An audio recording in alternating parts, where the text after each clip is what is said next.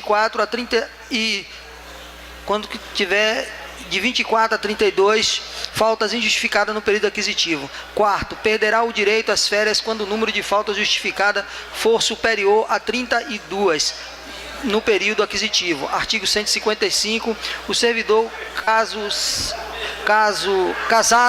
o servidor casado com servidora do município e vice-versa poderão gozar férias no mesmo período, desde que não haja prejuízo para o serviço público. Artigo 156 tem a supressão do parágrafo 2º.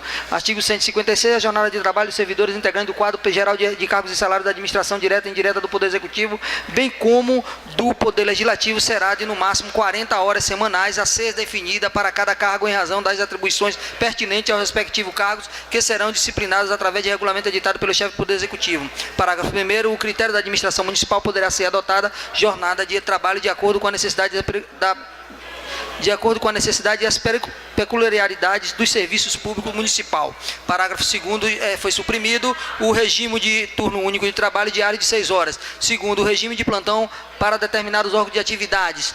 Parágrafo 3º, o intervalo entre a jornada de trabalho deverá ser de no mínimo 11 horas e o intervalo para descanso dentre uma mesma jornada será de no mínimo de 1 hora e no máximo de 3 horas.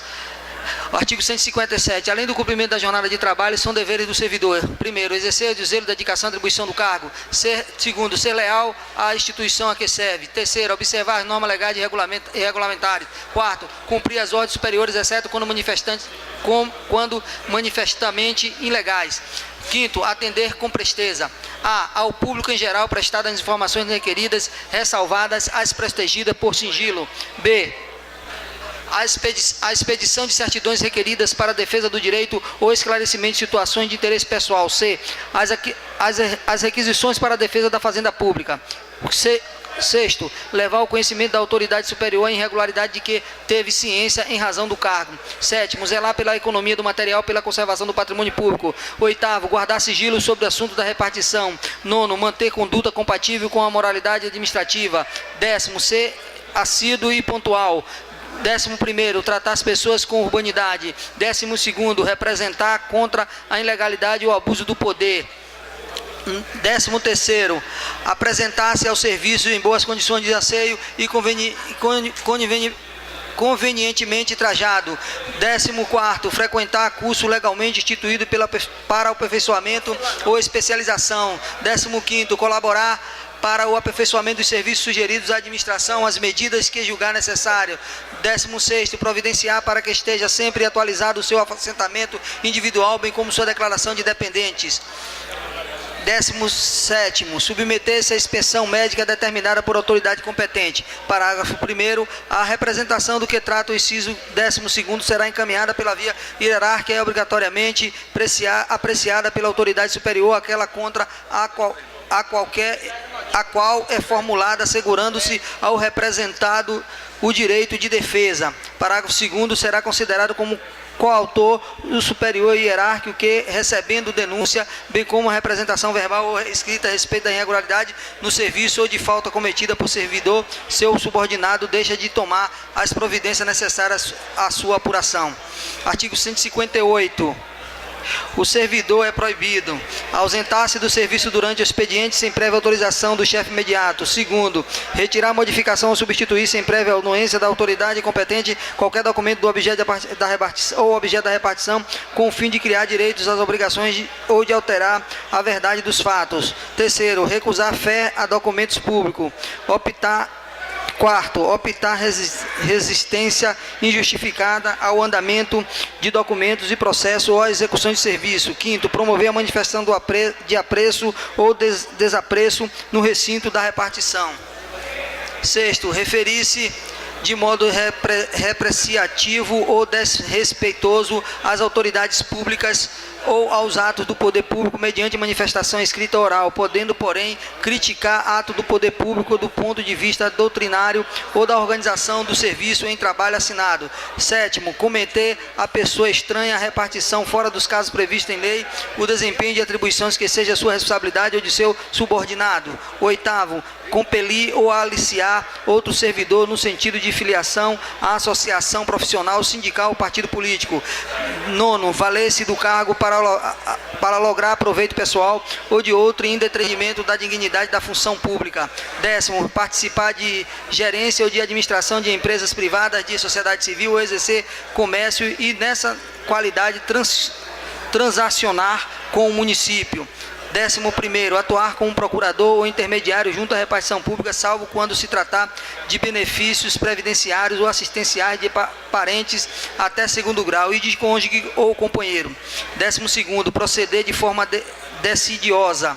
13º, utilizar pessoal ou recursos materiais da repartição em serviço ou atividade particulares. 14º, cometer o outro servidor atribuições estranhas à do cargo que ocupa, exceto em situações transitórias de emergência. 15º, ingerir bebidas alcoólicas durante o horário de trabalho ou apresentar-se alcoolizado ao serviço. 16º, atender as pessoas na repartição para tratar de assuntos particulares. Artigo 159. Ressalvados os cargos previstos na Constituição Federal, é vedada a acumulação remunerada de cargos públicos. Parágrafo 1º. A proibição da acumulação de cargos estende-se às autarquias, fundações públicas, empresas públicas, sociedade de economia mista do município. Parágrafo 2º. A acumulação de cargos ainda que lícita fica condicionada à comprovação da compatibilidade de horário. Artigo 167. O servidor não poderá ocupar mais de um cargo em comissão, salvo nos casos de designação em circunstâncias excepcionais, na hipótese de vacância, até que seja nomeado novo titular. Parágrafo único. A acumulação do cargo em comissão não implicará em acumulação de vencimentos, ficando o agente com a faculdade de optar pelo maior valor.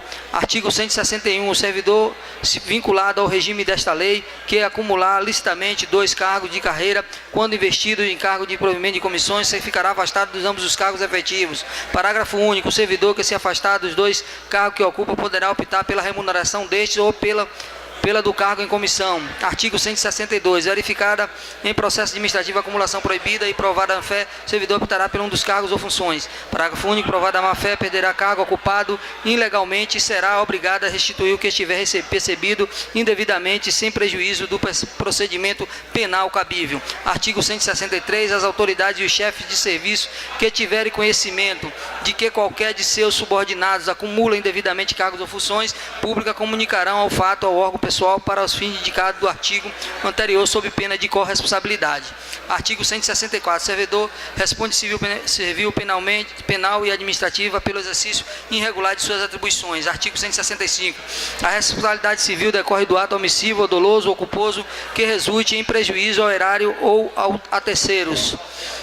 Parágrafo 1º. A indenização de prejuízos dolosamente causado ao erário somente será liquidada na forma prevista no artigo 59 da falta de outros bens que segure a execução do débito pela via judicial. Parágrafo 2º. Tratando-se de dano causado a terceiro, responderá o servidor perante a Fazenda Pública em ação regressiva. Artigo 166. A responsabilidade penal abrange os crimes e as contravenções imputados ao servidor nessa qualidade. Artigo 167. A responsabilidade administrativa ressalta de ato omissivo ou comissivo praticado no desempenho do cargo ou função. Artigo 168. As sanções civis, penais e administrativas poderão acumular-se sendo independentes entre si. Artigo 169. A responsabilidade civil ou administrativa dos servidores será afastada no caso de absolvição criminal que negue a existência do fato ou a sua autoria. Artigo 170. Serão penalidades disciplinares: advertência, suspensão, demissão, destituição de cargo de provimento de comissão. Parágrafo único. As penas disciplinares serão aplicadas pelo prefeito municipal, as de demissão e destituição de cargo em comissão e as de cassação de disponibilidade, pelo órgão de recursos humanos ou autoridade equivalente à de suspensão, pelo chefe de repartição e outras autoridades nos cargos de advertência. Artigo 171. Na aplicação das sanções disciplinares serão considerados: 1. A natureza da infração, sua gravidade e a circunstância em que foi praticada, os danos que dela provierem para o serviço público. 3º, a repercussão do fato. 4º, os antecedentes do servidor. 5º, a reincidência. 6º, as circunstâncias agravantes ou atenuantes. Parágrafo 1º. Será circunstâncias agravantes da falta disciplinar o fato de ter sido praticado em concurso de 2 ou mais servidores. Parágrafo 2º. O ato de imposição da penalidade mencionado sempre o fundamento legal e a causa da sanção disciplinar. Artigo 172. A advertência será aplicada pela observância do dever funcional previsto em lei que não justifique imposição de penalidade mais grave, bem assim nos seguintes casos. Primeiro, ausentar serviço durante expediente sem prévia autorização do chefe imediato. Segundo, retirar em